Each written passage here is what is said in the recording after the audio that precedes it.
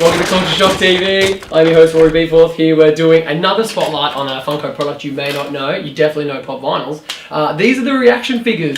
Now there's a little bit of a story behind the ReAction figures. Super7 decided to make the Kenner alien figures that were never made. I think they were a prototype that were abandoned years ago in like the 70s or whatever.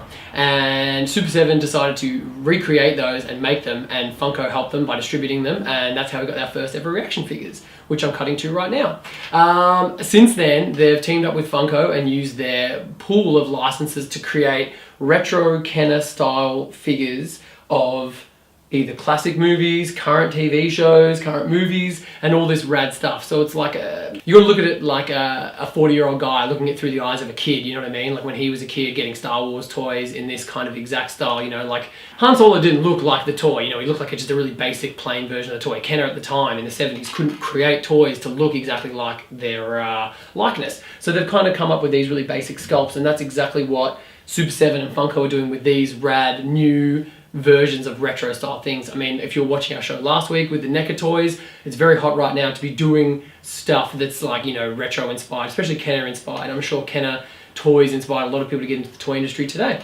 So we're going to talk about a few of them right now. So as you can see, we've got Breaking Bad ones here. So it's just classic. Like you can see, the backing card has a lot to do with it as well, not just the really basic sculpts. Even though you still get the character, you still get it all. You know, it may not look like Malcolm in the Middle's dad, but it still just looks like a pretty rad figure, you know.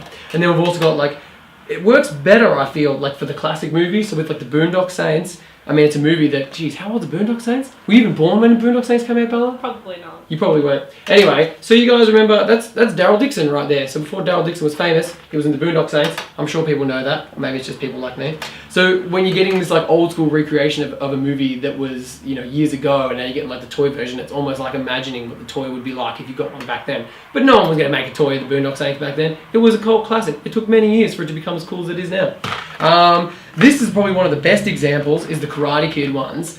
Like, you could imagine a toy coming out at the time looking exactly like these, you know? Like, could you imagine? Look at little Daniel's son. You're the best around, nothing's gonna ever keep you down.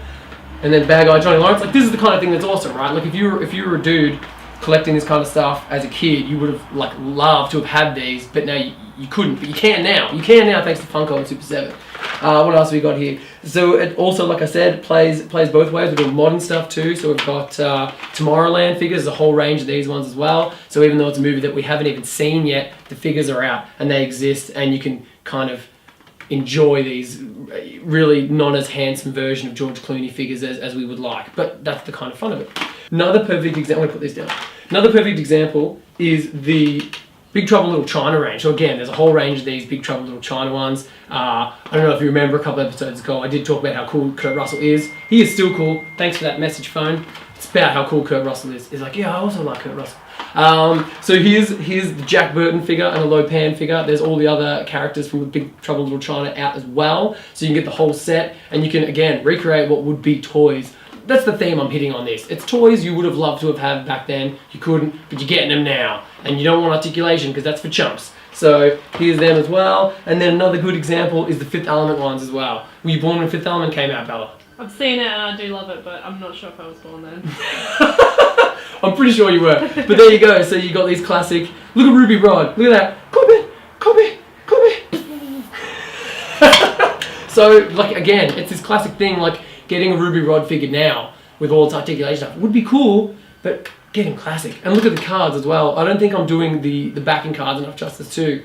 Again, I know there is a big debate in the toy world whether you take things out of the packaging or you leave it in. These are the kind of figures where it does really feel appropriate to keep them in their packaging. I mean, like keeping these backing cards super rad. I'm sure there's a lot of work going into the design of these as well. Some of them look retro themed, some of them look modern themed, but it's all fun.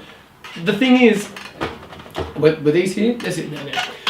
The thing is as well, which is so great, because Funko has this giant range of licenses it can pull from, they're really starting to do a whole bunch of interesting ReAction figures. Like there's ones coming from everywhere. You've got Arrow and Flash ones coming soon for the TV fans. And again, the people who are watching Arrow and Flash probably wouldn't understand what they're coming from by making these figures.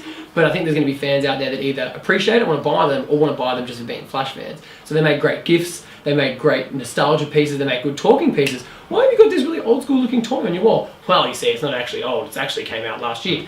that's the kind of thing that I think that we just really want to start a conversation about toys, really, because they're great and they make you feel good. And obviously that's why, you know, people come and shop at Popcultcha, and it's why you're watching this video right now. So again, yeah, I know, Kurt Russell, he's cool, relax. Maybe, hopefully, if this has given you some insight into reactions, thinking, whoa, what are they? What do they do? Why are they like that? Why do they look so bad? So there you go, recreations, classic Kenner, going for that classic 70s, 80s style. And I think they look great, you know, hanging up, all in their packaging still. Maybe you can get both the Boondock Saints together if you're a massive Boondock Saints fan. Saints?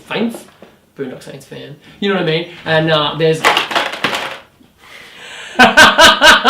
Before I go, guys, this top 10 airs every Wednesday night. New topics each week. Popcultcha gives away a $30 voucher to a lucky viewer. So, to enter the draw, go to the Torrent This Facebook page and comment on the pinned post at the top of the page for your chance to win. Thanks for watching. Thanks for watching that in advance. And I'll see you guys next week with some new toys and some fun stuff. And I'll continue to be unprofessional, and, you know, maybe we'll eventually get some theme music or something. Thanks for watching, guys.